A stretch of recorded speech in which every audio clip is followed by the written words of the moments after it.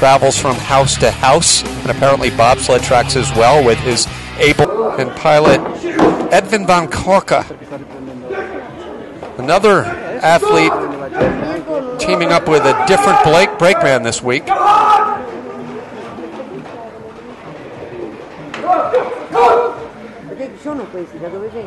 Get ready for Coach Tom Delhunty to yell at the top of his lungs.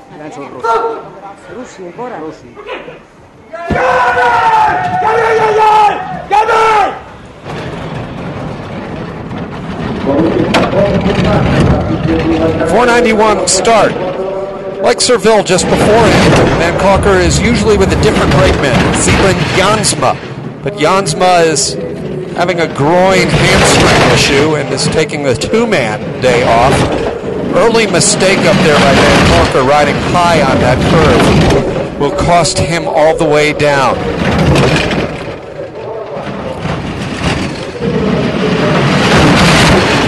Still struggling.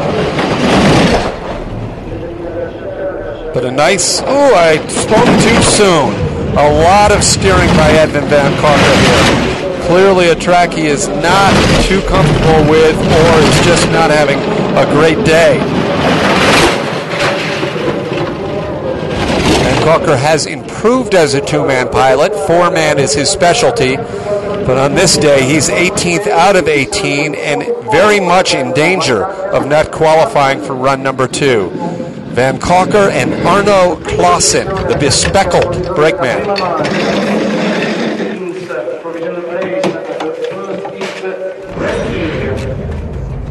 Watch this piece of over-driving.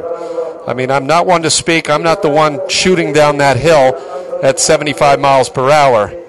But Edwin would be the first to tell you that is not. When I say quite a bit, I'm talking like 300. Which is a lot. This is the brand new sled for the Dutch program. The pilot, Esmé Kamphuis, former junior world champion, with her brakeman Tine Veenstra. Kamphuis is a former brakeman herself, switched to being a driver in 2005, which is the case with so many athletes, including yourself.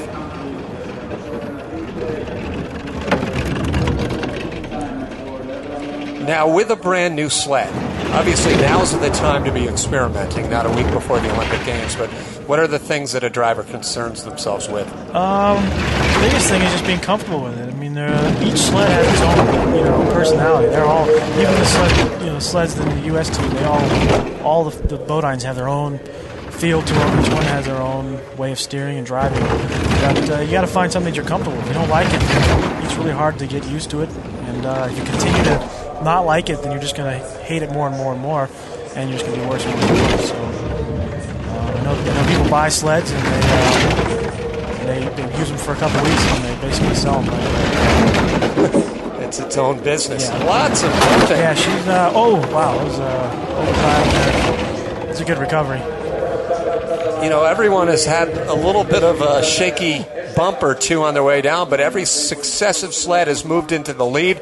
The latest being the Dutch. 15 sleds still remain, so stick around. Much more to come on Universal Sports from the Olympic village of Cesana, Italy.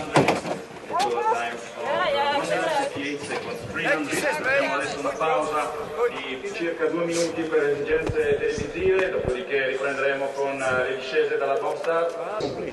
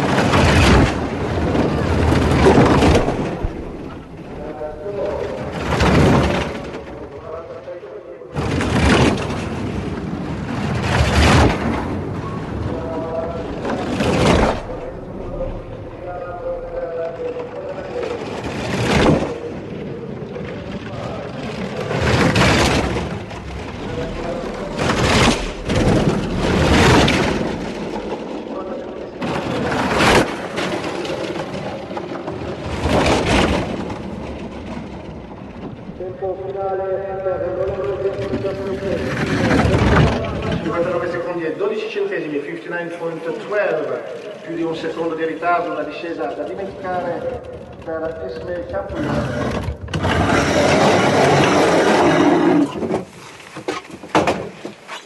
Questa è 14ª nel ranking mondiale. Adesso partiamo con la 15ª, che è Anastasia.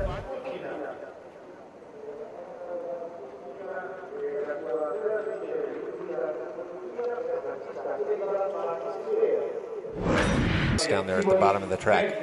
As promised, the team from Holland. Eddie V with Arno van Calker, Jansma, and Tim Beck.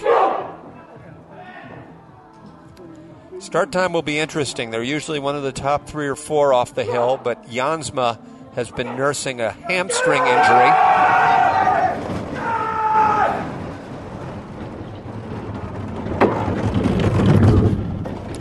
.482, second fastest start. Still 500 slower than the American sled.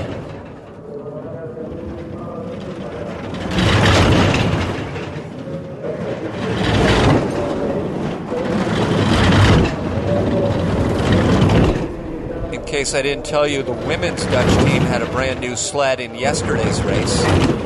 But I'll have to see what Marty Black, our researcher for the Dutch program, has to tell me about this sled. I talked to Tom Del Hunte, the coach, 2 days ago, and he's very excited about the equipment the team has this year. He obviously loves the starts that the Dutch put down, and it's just a question of Van Calker's driving, and right now it's pretty good. 3,700s back. He could linger in the top 5 here, yes, falling just a few back, but it's very tight. He's in 8th place, but only 500ths out of 5th.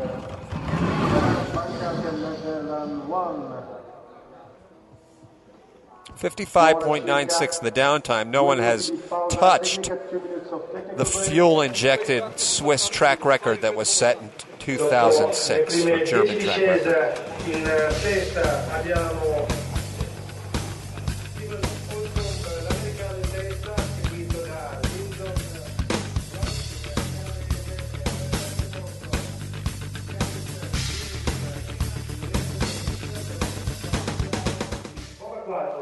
Cesana with a large lead over the rest of the field. He's coming up last here in run 2. Now the lone entrant from the Netherlands, Edwin van Calker, is the pilot. They're a great starting team. One of the fastest at the top. They really are. You know, over the last 4 years, they've really improved not only the start, but even the driving has improved. And I know they've had several top 10 and top 6 finishes, I believe. Look at Tom Del Hunte, the coach. No one more demonstrative at the top than he. Sure, but he's done a great job with that program. 481. Third best start. Zebran Jansma, the power horse of the push crew, has been struggling with a bit of an injury to his groin. A lot of injuries this year. Yeah, you know, and it's a lot of older guys. They picked the wrong year. They wanted to all last at least one more year, one more Olympics, but Todd Hayes and Lange and let's see, who else? Pete Hefty was injured. He had some ribs. That's right. So a lot of injuries. Yep, a lot of injuries, but I guess better early than late in the season to have that done. The chicane. Coming through the chicane's not a bad line. 2/10 behind the pace, though. Looks like the Swiss are going to pick up another spot. He had a better run than I thought. 2,500s, losing time at the bottom of the track.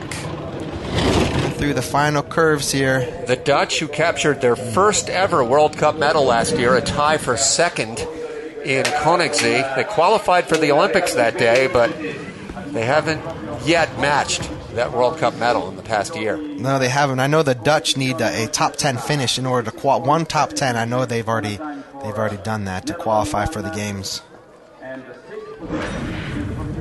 Coming through the chicane again, not a bad line. See a nice riding position.